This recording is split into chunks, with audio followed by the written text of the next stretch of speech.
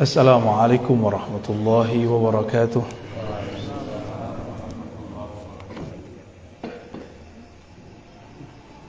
Alhamdulillahilladzi amarna bis-salati was-sabri wa basyara bi ma'iyatihi ala kulli sabirin. Asyhadu an la ilaha illallah asyhadu anna Muhammadan abduhu wa rasuluh. Allahumma salli wa sallim wa barik ala sayyidina Muhammad wa ala alihi wa ashabihi wa li baitihi wa zurriyyatihi ajma'in, amma ba'du.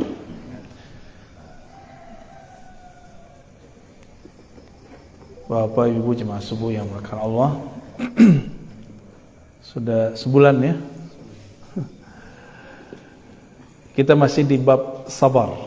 Nah, ini pas sekali, ini bulan Rajab, saya menyebutnya Syahrus Sabar, mengenang perjuangan Rasulullah SAW. Tapi di ujung bulan Rajab, Nabi diperjalankan oleh Allah sebagai hadiah kesabarannya. Dan itu tidak ada Nabi di dunia dari semenjak alam dicipta, atau tiada makhluk yang diberikan hadiah seperti itu, yang kita sebut Isra dan Mi'raj. Nggak ada. Nggak ada seorang makhluk pun seperti Rasulullah yang diperjalankan sedahsyat beliau. Ada Nabi yang paling panjang umurnya setelah Nabi Adam, yaitu Nabi Nuh.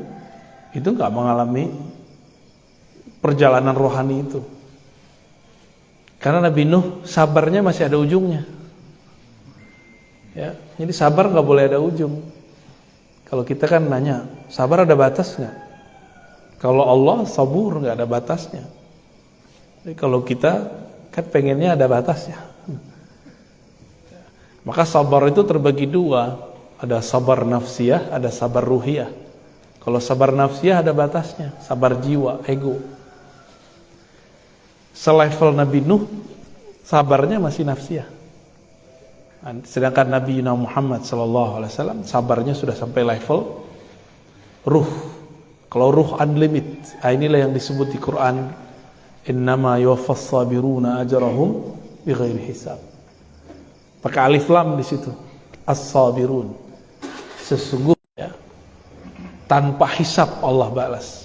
Itulah Rasulullah, sayyidus sabirin, penghulu orang-orang sabar, Nabi Muhammad sallallahu alaihi wasallam. Kita masuk ke hadis pertama ya. Ini hadisnya banyak, mungkin ini 3 sesi atau 4 sesi, kita nggak tahu. Jadi ngajinya nggak usah buru-buru, sedapatnya aja ya. Bismillahirrahmanirrahim. Mari kita baca surah Al-Fatihah. Semoga Allah membuka hati pikiran kita semua, membukakan hati anak istri kita, tetangga-tetangga kita, sahabat-sahabat kita dimanapun mereka berada. Al-Fatihah. A'udzubillahi bismillahirrahmanirrahim. Ya Shiratal ladzina an'amta 'alaihim wal dhalin. An Abi Malik Al-Harits ibn Asim Al-Asy'ari qala qala Rasulullah sallallahu alaihi wasallam at-tuhuru syatrul iman. Ya, dari Abu Malik Al-Harits ibn Asim Al-Asy'ari. Ini orang Yaman dari Bani Asy'ari. Ada kawannya juga namanya Abu Musa Al-Asy'ari. Kalau ini Abu Malik Al-Asy'ari. Kalau Abu Musa Al-Asy'ari punya keturunan nanti namanya Abul Hasan Al-Asy'ari, Imam Ahlus Sunnah. At-tuhur syatrul iman. Kata beliau, Nabi bersabda, At-tuhur syatrul iman. Tuhur itu artinya kesucian. Kesucian atau bersuci itu syatrul iman.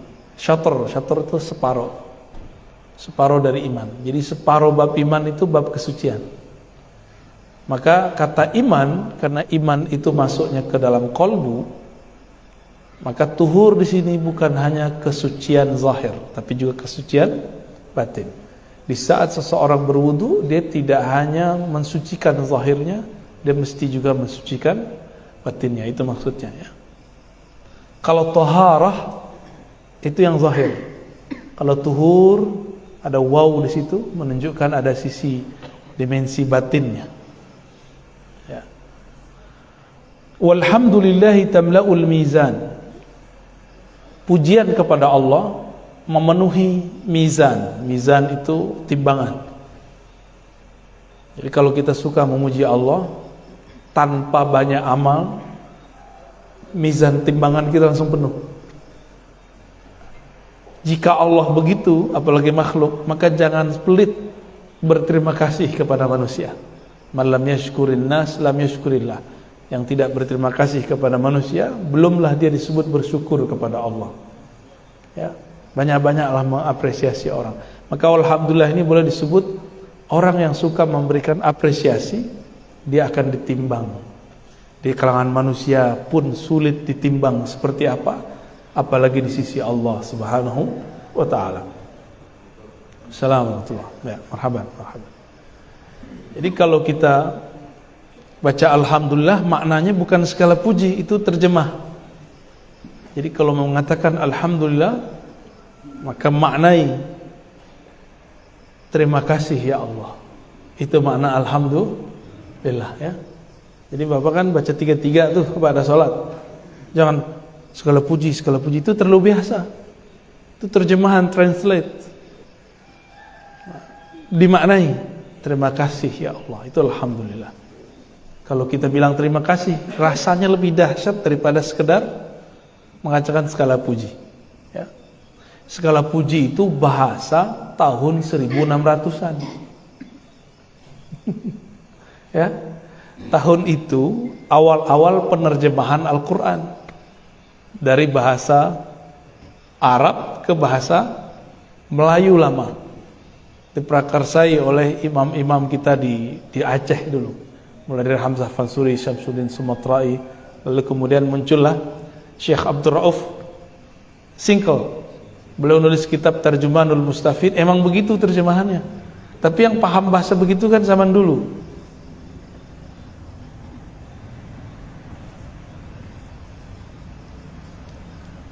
Wa subhanallah dan subhanallah. Nah, kalau terjemahan masa lalu apa? Maha suci.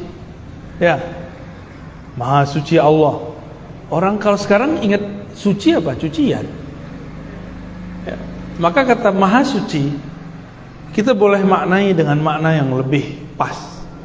Maha suci, coba ayat tentang Isra Mi'raj, subhanalladzi asra. Enggak nyambung kalau diterjemahkan maha suci. Orang Arab itu kalau melihat sesuatu yang mustahil terjadi, itu namanya subhanallah. Artinya subhanallah sangat hebat. Masya Allah, lebih lagi di atasnya, yaitu subhanallah. Enggak bisa kepikir oleh otak, tapi terjadi, namanya subhanallah. Ya, salamatullah. Ya.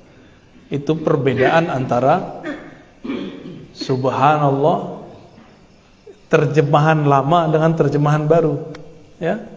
Nah, dimulai Pak. Jadi kalau zikir Pak ada sholat, baca subhanallah, maha hebat engkau ya Allah. Kita kalau ngelihat ke badan, gak usah ngelihat ke alam, kita terlalu jauh. Alam dalam tubuh ini sudah terlalu banyak. Dalam tubuh kita ada puluhan ribu alam dalam tubuh ini. Mulai dari alam rambut, di rambut itu adalah alam lagi. Itu darah itu ada beberapa lapisan alam di dalamnya. Banyak sekali. Dan itu maka kita katakan subhanallah. Nah, ungkapan yang begini, kalau kita membaca subhanallah, maha hebat engkau ya Allah, terima kasih ya Allah, tamla'an, akan memenuhi timbangan amal. Amal apa yang dapat memenuhi mizan? Bukan amalan fisik, tapi amalan, kalau ungkapan terima kasih, mengagumi, itu amalan apa? Itu yang berterima kasih lisan atau qalbu? Qalbu. Jadi subhanallah itu ungkapan qalbu saat mengagumi Allah. Alhamdulillah itu ungkapan qalbu saat berterima kasih kepada Allah. Itu yang bisa memenuhi mizan. Kalau baca 400, 4000, 10.000 itu gak penuh-penuh deh. Tapi sekali kita mengatakan maha hebat engkau ya Allah, langsung penuh. Itulah kenapa kemudian zikir itu diulang-ulang. Siapa tahu di angka kesekian rasa itu muncul. Itu rahasianya. Ya. Nanti kita lihat aja kalau kita masuk ke padang mahsyar, ada pengadilan, ya, mizan di situ. Nanti kita lihat orang yang banyak kuantitas zikirnya nggak penuh-penuh, tapi yang berzikir dengan ma'rifatnya, nah itulah ma'rifat subhanallah. Jadi berzikir itu dengan kenal siapa yang kita zikirkan. Jangan cuma ngejar angka. Yang ngejar angka ya kayak orang sekarang lah, kerja banyak gaji dikit gitu. Paham maksudnya? Pilih mana? Kerja dikit tapi dengan kecerdasan otak. Duitnya banyak, kan banyak orang begitu sekarang. Ya. Inilah perbedaan abid dengan arif. Ya. Abid beramal dengan fisik, banyak kuantitas, lemah kualitas. Kalau arif, orang yang kenal Allah, dia beramal dengan kualitasnya. Sedikit zikirnya sama dengan sebanyak orang zikir di sana. Inilah zikir yang diajarkan Nabi kepada Juwairiyah dan Sofiyah. Jadi Nabi ketika berangkat subuh, itu mereka masih zikir. Biji tasbihnya ada 4.000. Cuma dulu belum diikat. Ikatan itu baru di zaman Abu Hurairah. Subhanallah bihamdi, subhanallah bihamdi, subhanallah 4.000. Dan itu sudah bolak-balik. Anggap saja sekali khatam. Nabi baru pulang di waktu duha. Nabi biasa sarapannya waktu duha. Tapi sarapannya bukan uduk ya. Pulang Rasulullah SAW lihat Juwairiyah, maukah engkau aku ajarkan zikir yang lebih afdol dari itu? Ini orang salah faham. Ada kelompok yang anti mazhab, anti kaifiat zikir, lalu mengatakan ini dalil bahwa menghitung zikir adalah bid'ah. Loh, apakah Nabi memdiamkan bid'ah? Seandainya bid'ah, tentu Nabi sudah mengingkarinya semenjak sebelum berangkat ke masjid. Menghitung. Enggak. Ini bab yang disebut kurikulum berzikir. Bahwa ada orang kalau zikir pertama harus ngitung dulu, kuantitas dulu. Setelah kuantitas dikejar, maka Nabi naikkan makomnya. Kurikulum berikutnya, zikir kualitas. Satu zikir sama dengan sejumlah tasbih. Tasbihnya berapa tadi? 4.000. Kata Nabi, maukah engkau aku ajarkan zikir jika engkau baca sekali sama dengan sebanyak yang engkau baca tadi? Ya, Juwairiyah senang. Tapi Juwairiyah sudah mengalami zikir yang 4.000, sehingga dia tahu rasanya mana yang enak. Di saat itulah Nabi mengatakan, bacalah subhanallah bihamdihi adalah khalqihi wa zinata arsyihi wa ridwanihi wa midada kalimatihi. Boleh dibolak-balik gitu ya. Subhanallah bihamdihi adalah khalqihi wa zinata arsyihi. Ada riwayat lain, subhanallah adada ma khalaqa fis sama', subhanallah adada ma khalaqa fil ard, subhanallah adada ma zalik, subhanallah adada ma huwa khaliq. Intinya, maha suci Allah sesuka-sukamu ya Allah. Maha hebat engkau sebagaimana engkau hebat ya Allah, bukan sebagaimana aku yang mengatakannya. Engkau hebat bukan karena aku memuji, engkau suci bukan karena aku yang mensucikan, tapi sesuka-sukamu ya Allah. Jadi menyerahkan maknanya kepada Allah. Sekali baca itu sama dengan 4.000. Ada nggak yang mau begitu? Ya. Jadi antum nih baca zikir yang tadi, cuma rasanya nggak muncul. Sama aja. Sama dengan zikir satu kali. Nah, ini yang dilupakan oleh orang-orang awam sekarang yang pemburu pahala. Ya, banyak kan pemburu pahala. Wah, ini sama dengan 4.000 nih, dibaca sekali aja. Tapi dia tidak paham apa maksudnya. Subhanallah wa bihamdi adada khalqihi, maha hebat Allah sebanyak makhluknya. Wa zinata arsy, seberat arasnya. Apalagi Pak Haji? Seberat khalqihi wa zinata arsy, wa ridha nafsi, seridho-ridho Allah, sesuka-suka Allah. Wa midada kalimati, sebanyak bilangan kalimahnya. Ada yang tahu jumlah makhluk Allah? Ada yang tahu? Gak usah jauh-jauh, di badan kita ada berapa makhluk? Berapa sel di tubuh, nggak ada yang tahu kan? Sampai hari ini ahli biologi, ahli kimia nggak ada yang tahu. Mereka cuma memperkirakan sekian miliar, nggak ada yang tahu angka pastinya. Lalu kita ngomong, maha hebat engkau ya Allah, sebanyak bilangan sel yang ada di tubuhku. Wah, itu semua selnya langsung hidup itu Pak. Dalam zikir thariqah disebut namanya kullu jasad. Zikir semua bagian tubuh. Tubuh kita diajak zikir biar sehat. Apabila ada bagian tubuh ini gak digerakkan, dia akan sakit. Jadi kenapa nih bapak ini suka sakit punggung? Itu darahnya gak gerak, maka dibekam, dikeluarin.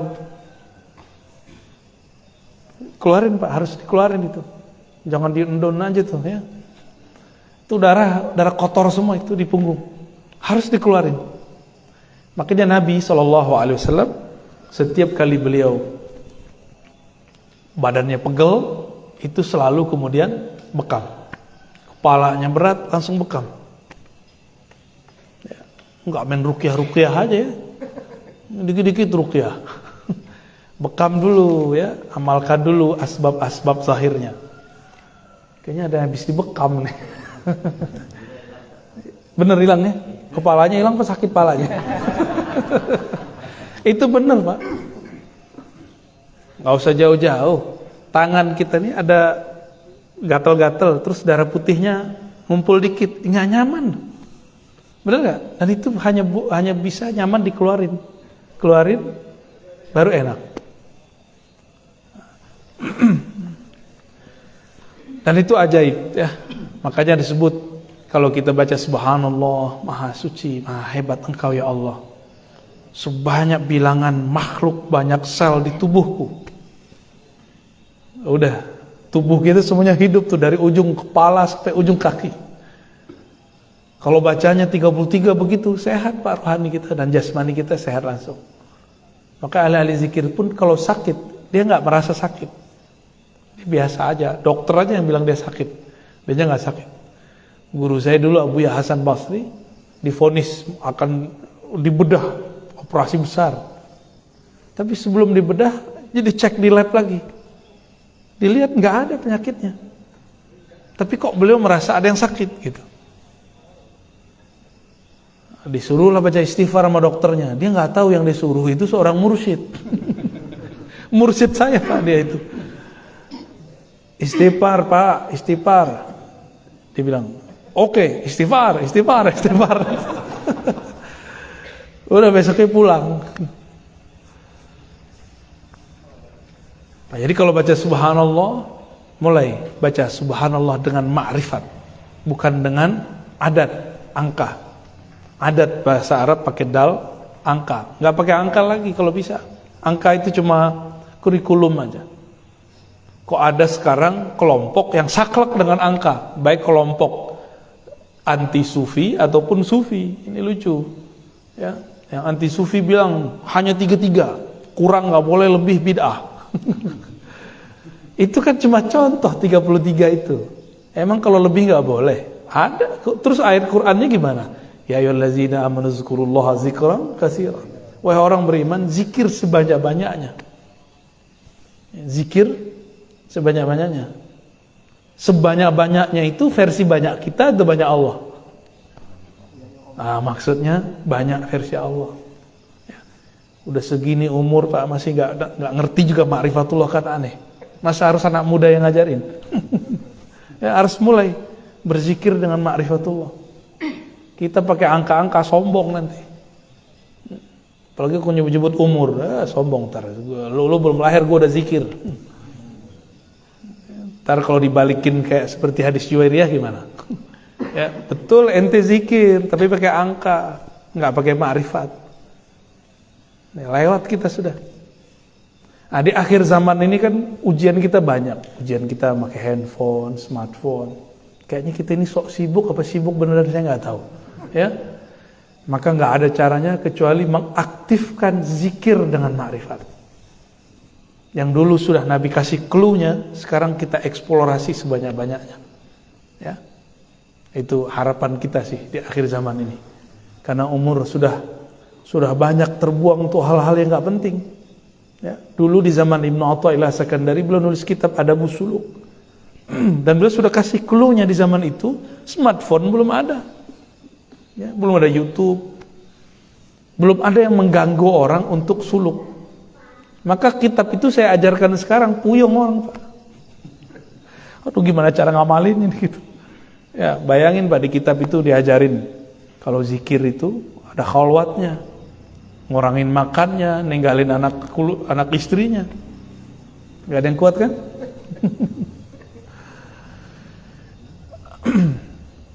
Au tamla ma baina as-samawati wal ardh was-salatu nur.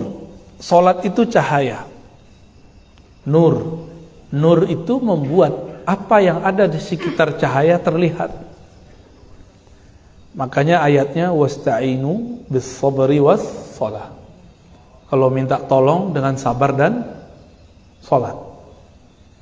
Enggak cukup dengan sabar, mesti ada salat, karena kalau kita salat nanti akan ada pijar dalam kolbu, Allah tumbuhkan, Allah hidupkan, Allah nyalakan. Dengan nyalanya hati, kita jadi tahu masalahnya seperti apa. Jadi orang-orang yang tidak menghadapi persoalannya bis-shalah, dengan shalah, dia nggak tahu persoalannya sebenarnya seperti apa. Nah, maka kita doakan supaya orang-orang yang ngurus negeri ini, dia kalau ada masalah, dia sholat. Ya, dia sholat 2 rakaat, itu bagus. Kita ada masalah apa aja pakai sholat, Pak, coba aja. Masalah mulai salah rumah tangga, sampai kepada anak-anak, pekerjaan. Kalau ada satu niat tertentu, urusan, dibawa sholat. Kenapa dibawa sholat? Kalau kita punya masalah, kepalanya nggak ditundukkan, itu nanti ngerasa panik. Dengan ditundukkan kepala, energi kita kemudian full kembali, kita bisa melihat masalah itu secara utuh. Ya, harusnya panik, nggak jadi panik. Sahabat Nabi kehilangan sendal, panik. Tuh bayangin coba, ngadunya ke Rasul, kan manja banget sahabatnya. Jadi sahabat Rasul tuh manja-manja. Nabi ngajarin mandiri, apa kata Nabi? Sholli rakaatain. Salat 2 rakaat. Jangan ngadu ke saya. Ngadu kepada Allah, gitu maksudnya. Manja-manja ya sahabatnya. Ya? Was-shadaqatu burhan. Sedekah itu burhan. Apa arti burhan? Burhan itu argumentasi atau bukti. Maka sedekah itu adalah bukti kalau orang ini benar nggak cinta harta. Yakin nggak yang Allah kasih itu milik dia, bukan milik kita? Yakin nggak? Secara hukum hakikat, rumah, mobil, harta pasangan, harta badan ini bukan milik kita. Lillahi ma fis samawati wal ardh. Apa aja yang di muka bumi milik Allah. Badan ini milik Allah. Kalau Allah mau ambil, ambil gitu. Nah, dengan bersedekah, sedekahnya badan sholat duha, sedekahnya harta berbagi, sedekahnya ilmu mengajar, gitu.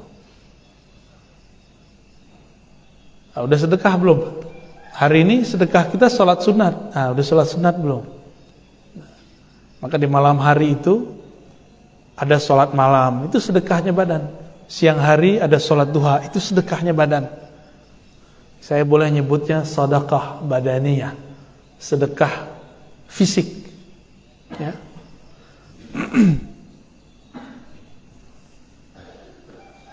Nabi mengatakan harusnya setiap badan itu ada 360 persendian sulama. Setiap 360 harus disedekahkan. Kalau satu 360 Pak ya. Kalau satu 10.000 jadi berapa Pak? 360 tiap hari. Kuat nggak? Kalau satunya 1 juta. Nanti ketahuannya nanti pas udah sakit-sakitan. Coba kalau sakit-sakitan, yang punya masalah mata, berat. Coba mata kalau dioperasi berapa sekarang? Ngeri Pak angkanya. Telinga, ya.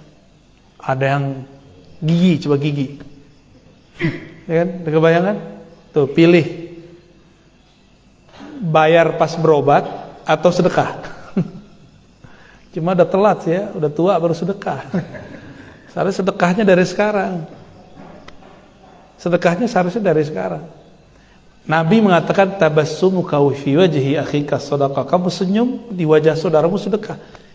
Ternyata orang barat kasih penelitian. Orang senyum mukanya itu terjadi olahraga di sini. Nabi nggak pernah melakukan penelitian, tapi Nabi diperjalankan ruhaninya. Jadi Nabi bisa lihat masa depan. Hasil penelitian sekarang Nabi udah tahu semua. Ya. Makanya Nabi kasih pengobatan yang inti-inti, selebihnya ikuti versi zaman kita.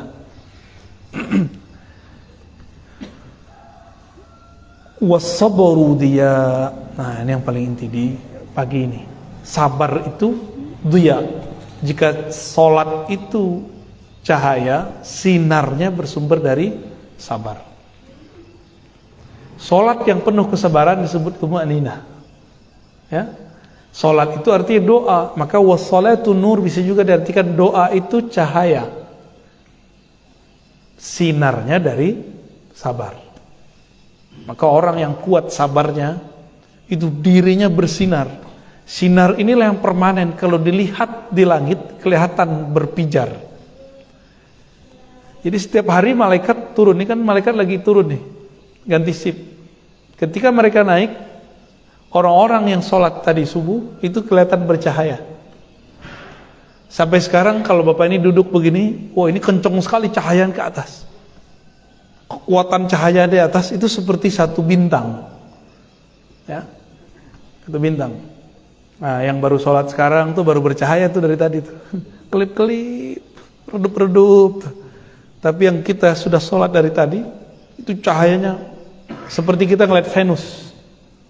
Kalau kita ngelihat ke bagian terbit matahari, di atasnya itu ada Venus, benar gak? Cahayanya kita sebut bintang kejora.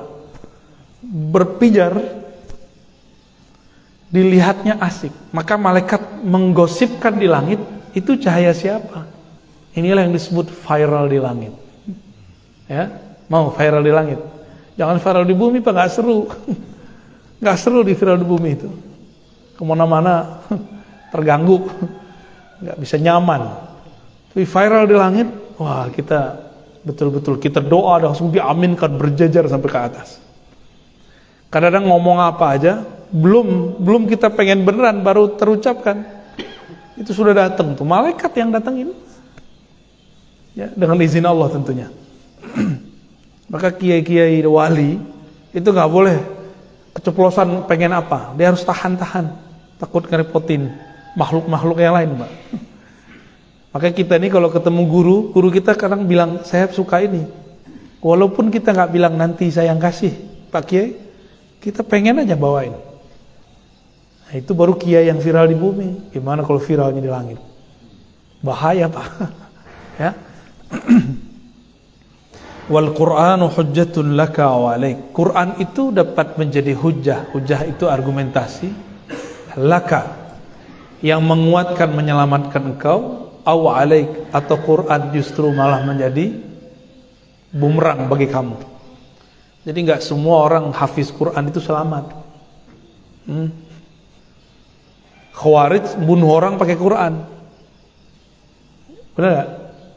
Ini kita baru dapat rekaman video salah satu orang yang disangkakan bab teroris berdebat dengan ya main antum-antuman kan, lama-lama dedum-deduman itu.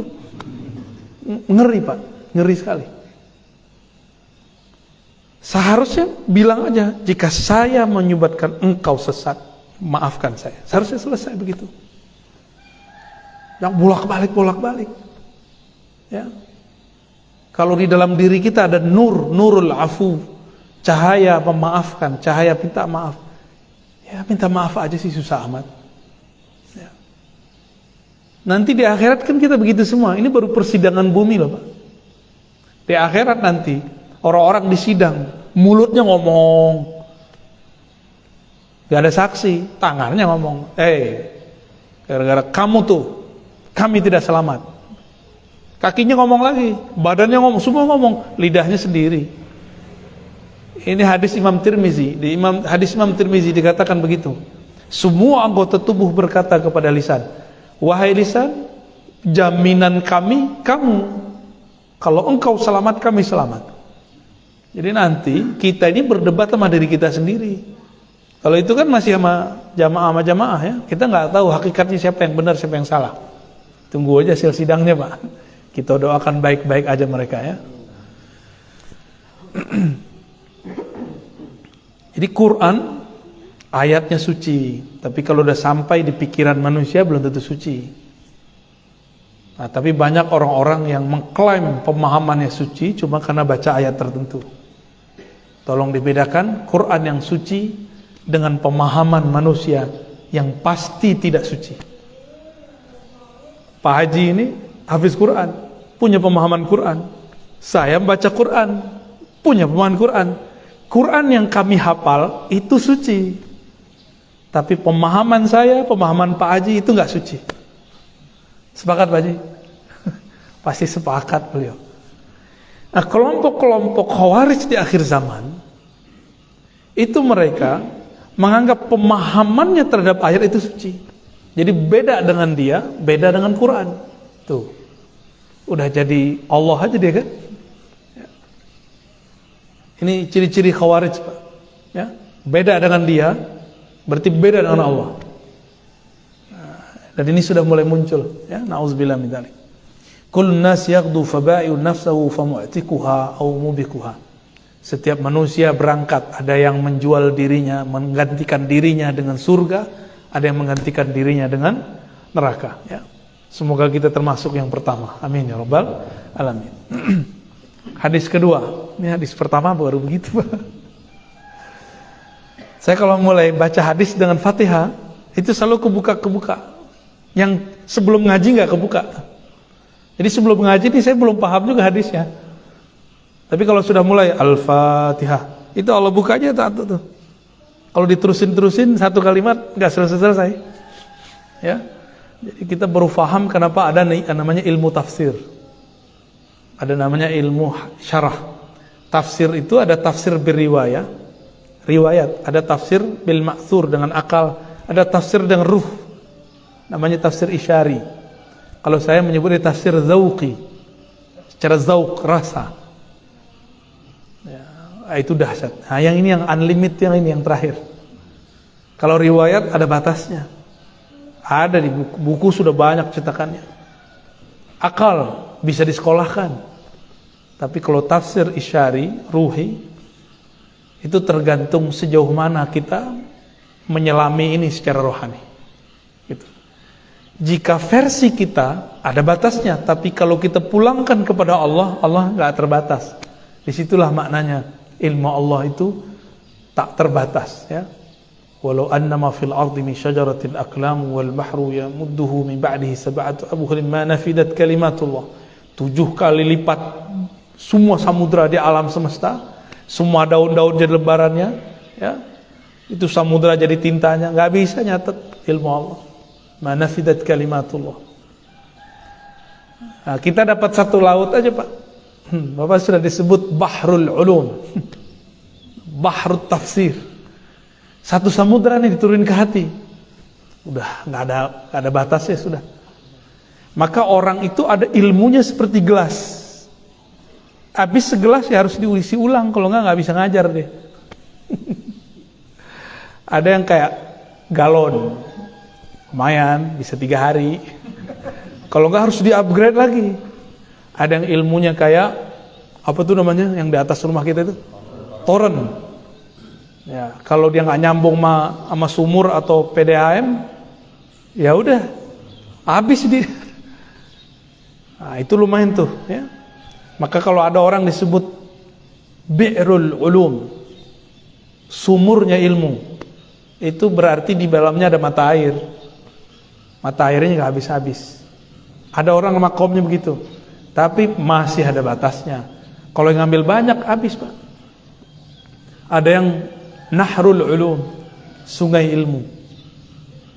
Ada yang Bahrul Ulum. samudra ilmu.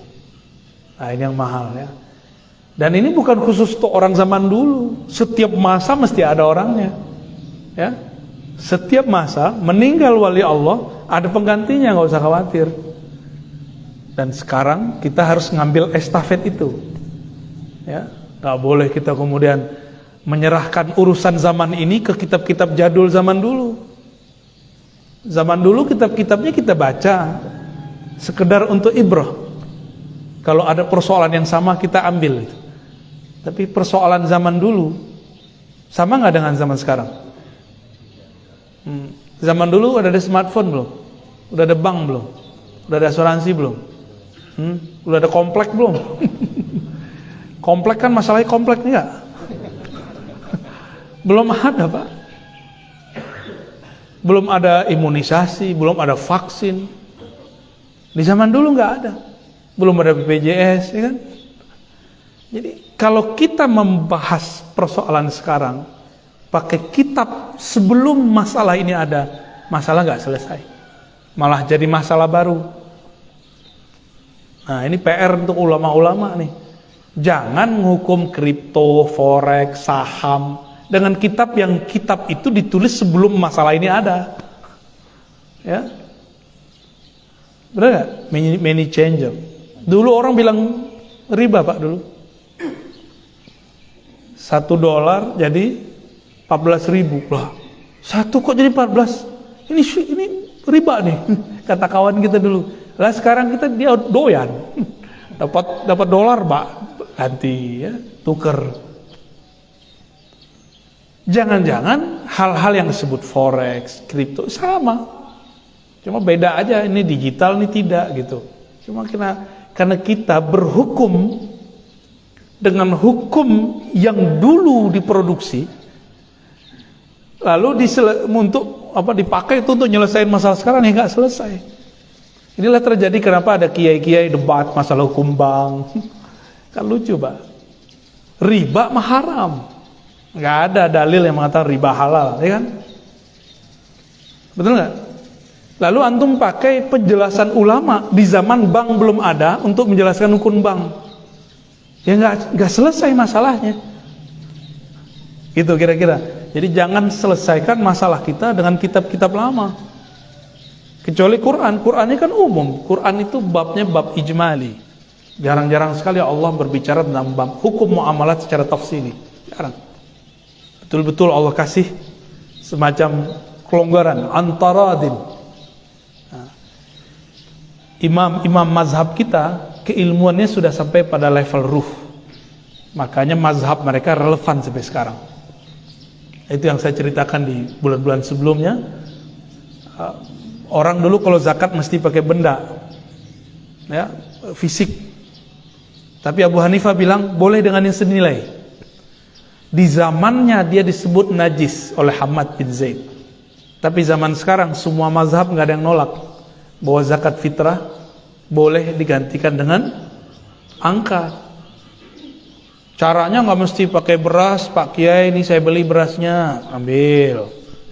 Ya kan gitu kan kalau di kampung? Saya mau zakat, Pak Kiai. Itu kan main-main, nggak praktis. Tapi boleh. Bener nggak? Begitu nggak caranya? Kayaknya di masjid ini masih begitu nih. Ya kalau Pak Haji bilang kita menghargai orang-orang yang menggunakan, oke.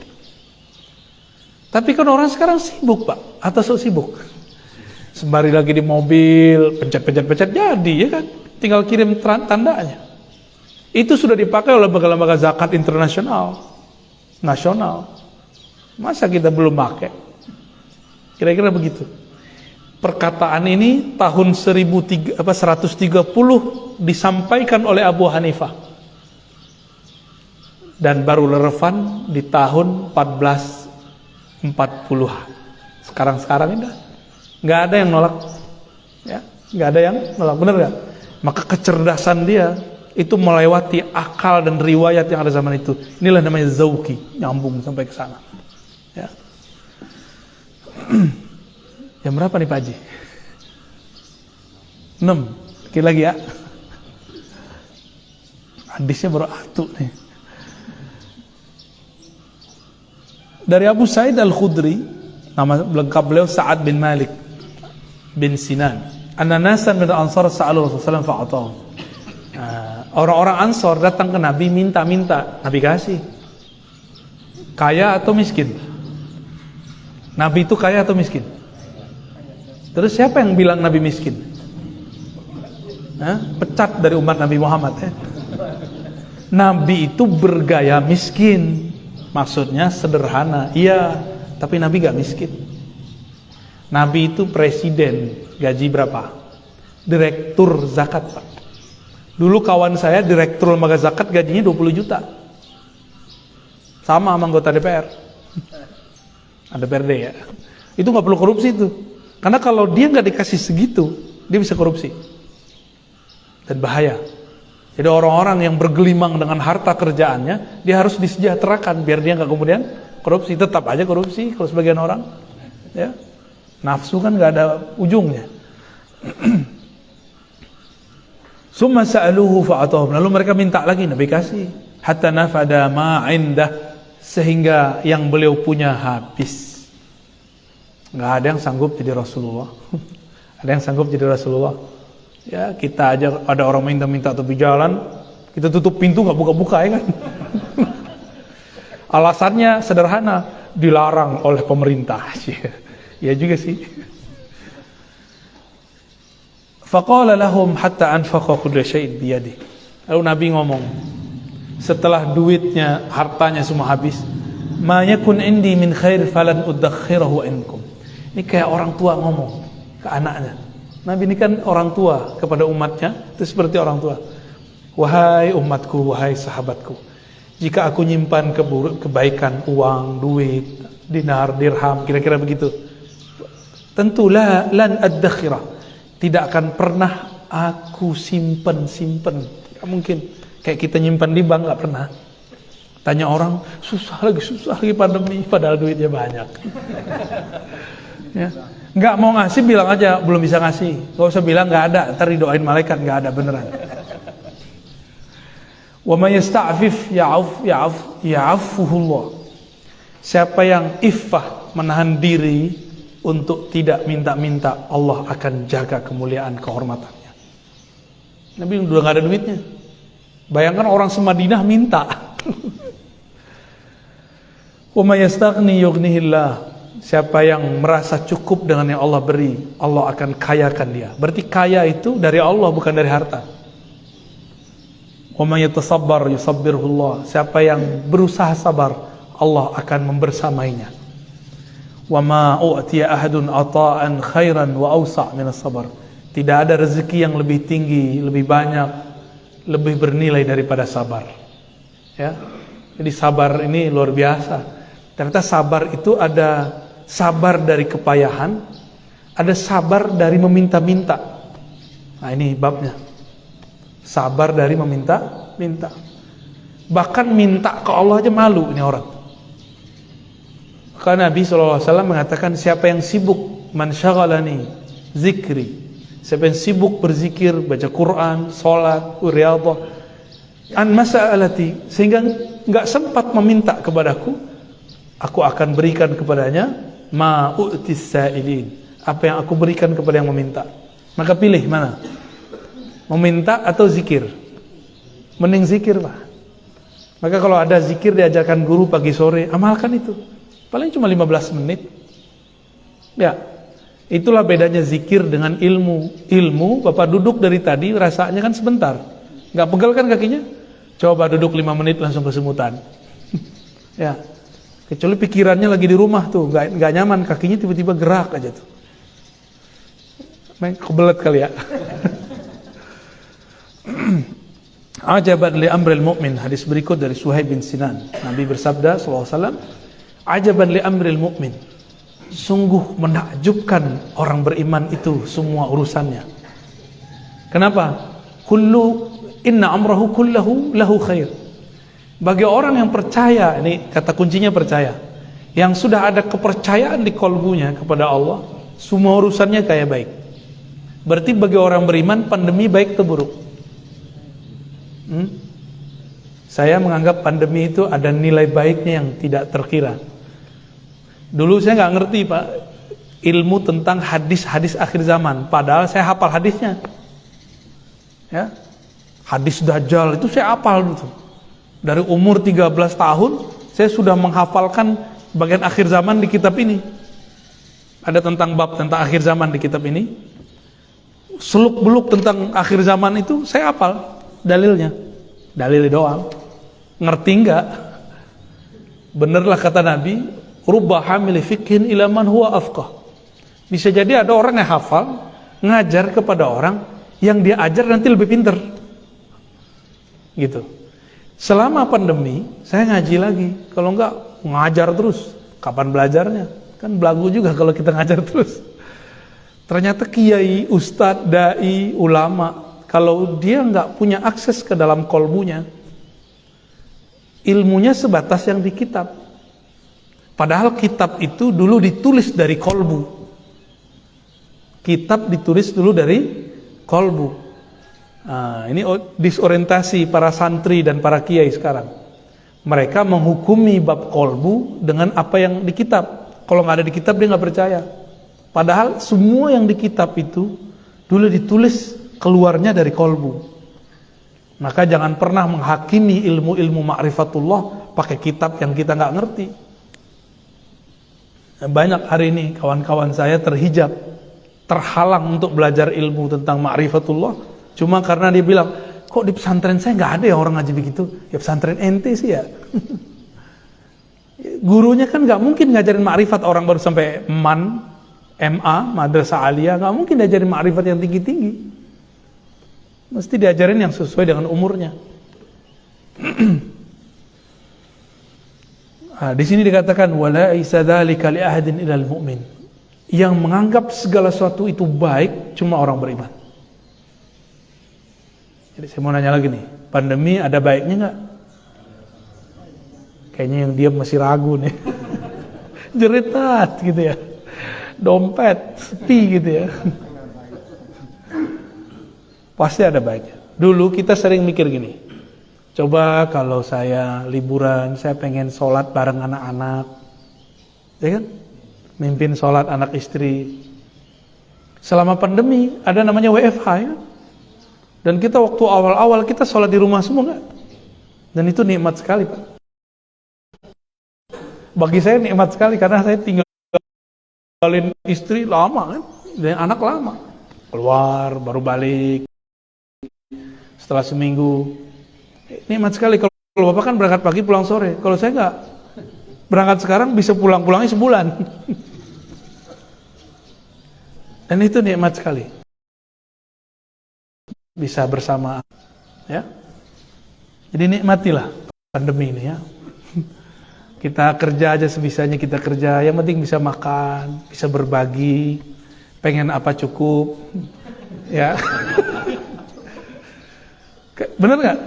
Itu yang rezeki, pengen apa cukup.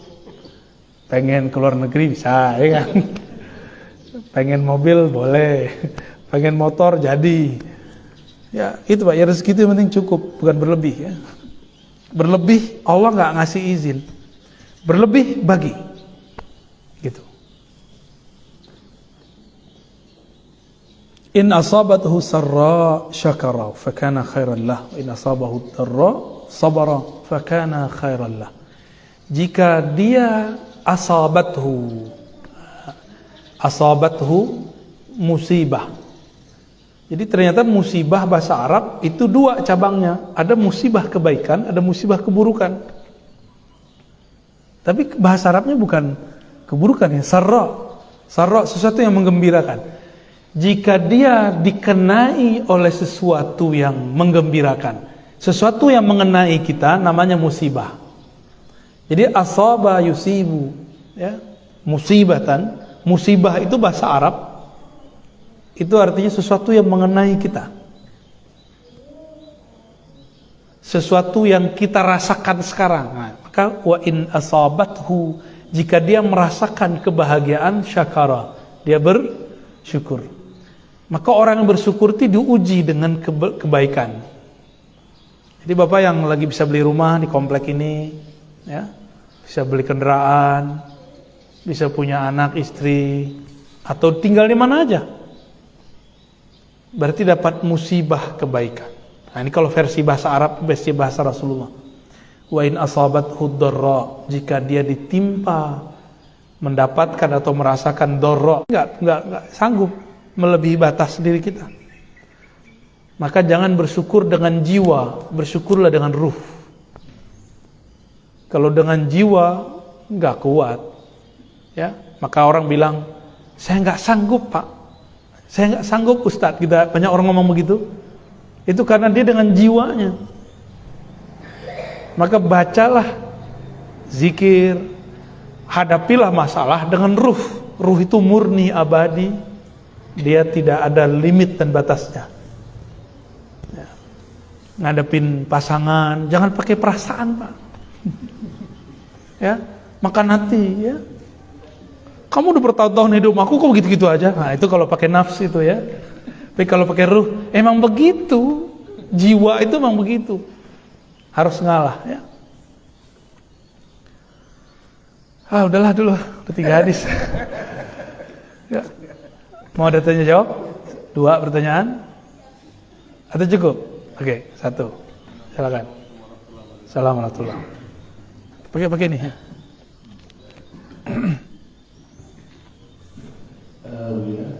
Assalamualaikum warahmatullahi wabarakatuh. Assalamualaikum. Yang dibilang bergetarnya hati ketika masuk ke Allah itu seperti apa?